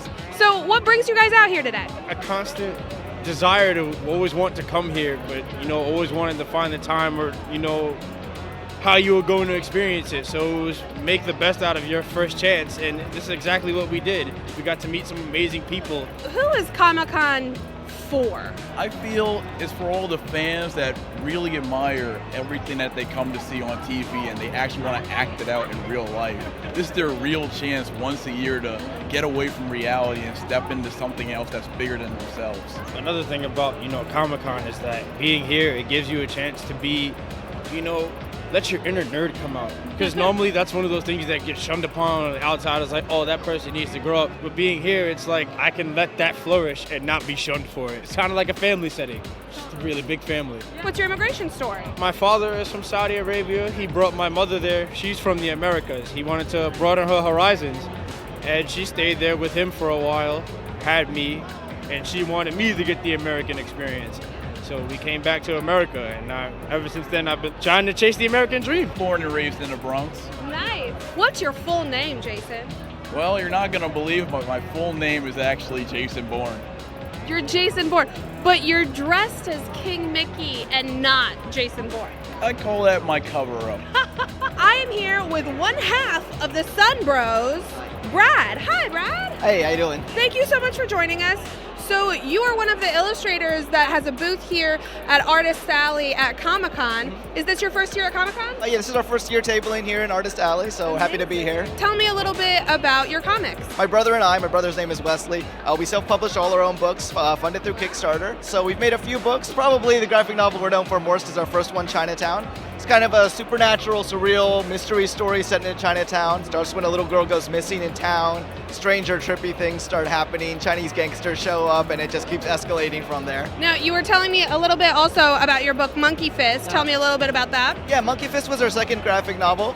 It's kind of an irreverent reimagining of the Monkey King story, Journey to the West, but it's set in modern day. Our monkey works in a fast food restaurant and he goes on a journey fighting monsters. One of the things my brother and I try to do when we make our stories is try to tell stories from our unique perspective. Yeah. Those kind of shared cultural experiences, our heritage from our background. Our parents grew up in Malaysia, Chinese from Malaysia, and then also the influences of us here as first-generation Americans. How do you blend those cultures together? You know, we try to add those things in kind of like subtextually through visual elements. One of the great things about comics is, you know, you can put a lot of visual like indicators in without having to like, you know, be heavy-handed about the point. So they're there for people to discover if they want to, or they could just enjoy the story on a more surface level. You mentioned your parents were originally from Malaysia. What is your family's immigration story? My father moved here for college, and then my mother joined a little bit later. Okay. So they knew each other over there, and then they moved over here and got married. We grew up in Florida, or in Orlando. I'm actually in Boston right now. My brother lives in Chicago, so we still collaborate, but long distance. So we've been exposed to a lot of different Chinatowns. The Chinatown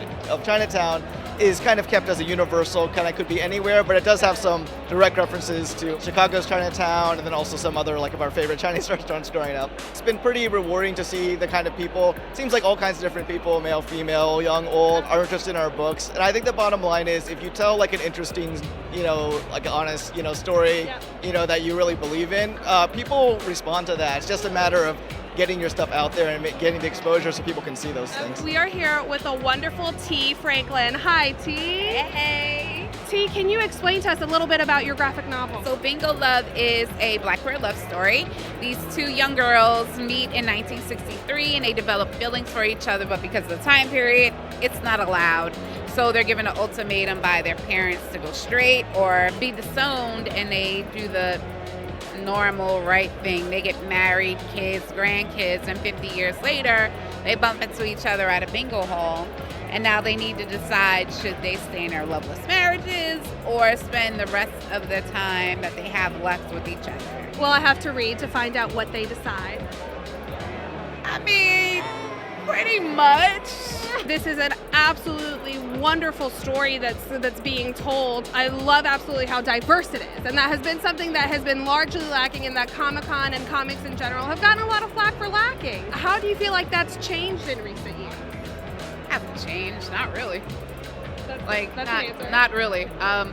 I did Bingo Love as a Kickstarter. I asked for a dollar short of $20,000. We raised almost $60,000. So, wow. But this was during the time where the folks at Marvel were like, diversity doesn't sell. And I'm like, do you not see my Kickstarter? Like, it's selling. Yeah, it's a book about queer grandmas, but that doesn't mean that nobody will buy it. The book ended up getting 3 printings. Whoa. So I'm just saying, it seems like it sells to me. What's your immigration story? Everybody was, well, for the most part, born here. What's the ultimate goal for your graphic novel? I would love to see it as a TV show. Amazing. Or a movie. Yeah. That would be like the ultimate goal. Hey, Brad Squad, I'm here with Mo. Now, which Comic-Con number is this for you? Let me think. So I went to 2012, 2014, 15, 16, 17. This is my 6th one then. Whoa. Yeah. Who is Comic-Con for, Mo? I think it's for everyone. There's a lot of artists that I like seeing here, a lot of cartoons I'm still interested in that I like seeing panels for. It's things that anyone can enjoy, really. What has changed over the last 6 years? I think there's been a bit more of a mainstream appeal. When I first went, it was pretty empty, but now I think it's evened out a bit, you know? I've seen a bit more diversity, but it's not as much as I would want. I'm still waiting on my Miss Marvel movie. I do think there should be more representation of East Asian cultures, Middle Eastern cultures, Latino cultures. Like, I think Black Panther was a good step forward, showing that other cultures can be represented, and, you know, I know Wakanda is fictional, but it does adopt a lot of themes and styles from other African cultures. What's your immigration story, Mo? I myself am not an immigrant, but I am a first-generation American. My dad and my mom are both from Iraq, and they came here to give me and my sisters a better life. They,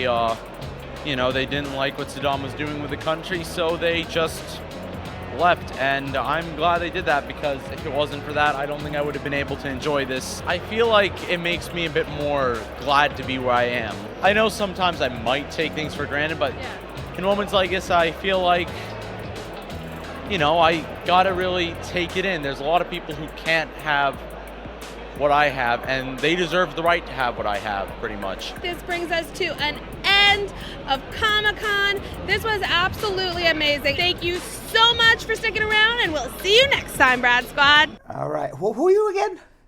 Carmen Sandiego. Carmen Sandiego. That's just a woman Brad, in red. we spent an entire Halloween show of insanity as me dressed like that. I don't remember. The Halloween show is like one big blur to me. Yeah, it's true. All right, let's go to Margaret in Richdale, Missouri. Margaret. Hi. Hi, Margaret. How are you? I'm doing good. What's going on? Let me just. Everyone thinks I'm drinking Jamaican rum in here, so let me just finish swigging it up while you ask the question. Well, I just have a couple of questions go ahead. I need answered if possible.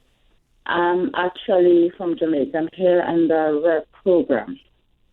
What I want to know, I also have a visiting visa for the state. What I want to know, if I do take an extension for the work permit, will it affect my visiting visa? No, as long as it gets approved. Okay, and it doesn't matter if I do it for 2 years straight or anything like that? Your visitor's visa is valid as long as you don't violate your status in any other visa category. That's basically it. Okay. So it's okay to do the extension? Yeah, as long as it gets approved, you're fine. Okay, thank you. You're very welcome. All right. Okay, thanks. Right. No sense of humor, this Margaret. But I answered her question. She had issues. She's just like, I'm like, there's rum in here. Yeah, no. No, she wasn't interested. Enough with your humor, sir. Answer my question. Answer the goddamn question already. That's what I'm calling for. But you know what, If I Brad? wanted humor, I'd watch Kevin Hart. He's funny, not Right. you. That's true. That's what she was saying, basically. That's what you. That's what you I inferred envisioned. from everything. That's what I inferred from her. Wow, Brad. Yeah. Listen, the only thing you both have in common is you're short. Other than that, that's it. But listen, What? can't falter. She got her answer. She got her answer. All right. I got a couple more. Can I sneak them in? Go ahead. Thank you, Brad. You're so benevolent, so highfalutin. Highfalutin. It's the highfalutin. Falutin. You gotta do it in 4 syllables. The word of the day. Highfalutin. Highfalutin. Yes. Omar said, if I apply for an I-751, but in October of 2019, I'm going to be married for 3 years. Can I apply for citizenship at that point? It's 3 years from the time you got your green card, not 3 years from the time of marriage. And again, we're getting those questions all the time because the I-751s are taking so long. Yeah. It's my advice, remove the conditions first before you do your citizenship. Dan Roy has a follow-up. He was wondering about the person being applied for by their father, but their father lives overseas. Dad is also is on disability, but gets Social Security benefits, and he files non-filing returns. Can that still work as proof of domicile? No, probably not. Your father has to be living in America at some point. You know what it sounds like? Sounds like he's never going to live in America. It sounds like he's going to need a consultation. Yes. It sounds like he desperately Correct. needs a one-on-one Yeah, consultation. he's splitting hairs here. Yeah. If you've got a lot of follow-ups, guys, typically Yes. that's a good way to know. You need a consultation. You need a consultation. And Brad, that's all I got. All right, so now Belgium Kim. Yeah. It's the time of the day. Yeah. I got to stretch my back out a little bit. Get it. And also, I'm stretching back and I'm going to lean back here. Because I don't really see most of the comments because I'm talking. Right. You see most of the comments. I do. Comments of the day. That's right. So our very first one is from Patrona Collins, who had a little disclaimer, probably one that we should give. Are all the Brad Squad PG-13? If not, excuse this episode. This was not PG-13. We should, in fact, be giving that disclaimer at the beginning. Thanks for doing it for us, Patrona. Afzal, always one with the words. He said, after all that's going on in this world, from work to politics to war, at least we can all agree on ending the night with a great laugh with Brad and Kim. Ah, very nice. That's so sweet. That's very sweet. That's what we try to do. Yes. And penises. And penises. A great laugh with Brad and Kim and a couple of stories about penises. Several. Yes, several. And finally, we also talked about the Rockefeller lighting earlier today. So Lisa was telling Tamika the Christmas show has started on NBC at 7 p.m. But Malia was like, whoa, we're not watching it until Uncle Brad's show ends, Lisa. That's what we talked about. I said at 7:30 you can go watch it. That's right. So everybody, it's the end of the show. We'll see you tomorrow. Go watch the Christmas tree lighting. And if you're in New York, catch the Christmas tree at night. It's a lot of fun to go to. Have a great evening. And now's the start of Christmas time tonight. It is. It's Christmas season now. All right. Early Merry Christmas for everybody. See you tomorrow. So, Sam, as part of the production, we have to say this disclaimer at the end of the show. Do you mind reading it for me? Okay, but you know, Brad, I have to do everything around here. It's bad enough I've got to remember everything that happened on the episode from the previous day. Forget it. I'll do it. The proceeding was information only and not specific legal advice. Consult an attorney about your individual situation. Prior successful results do not guarantee a similar outcome in the future. To make an appointment with the Spar and Bernstein law firm located at 225 Broadway in New York City, call 1-800-529-5465. That's 1-800-529-5465. Easy to remember, 1-800-LAW-LINK. That's 1-800-LAWLINK. Once again, make a call to 1-800-529-5465. And of course, link up with the law offices of Spar and Bernstein, located at 225 Broadway on the 5th floor. If I were you out there, make the call, make the link, make the connection, make it Spar and Bernstein. 1-800-LAWLINK. That's 1-800-529-5465. And now, conveniently located in Hartford, Connecticut on 1 Congress Street. Visit us in Connecticut or in New York at 225 Broadway. That's 1-800-529-5465. 1-800-LAW-LINK. 1-800-529-5465.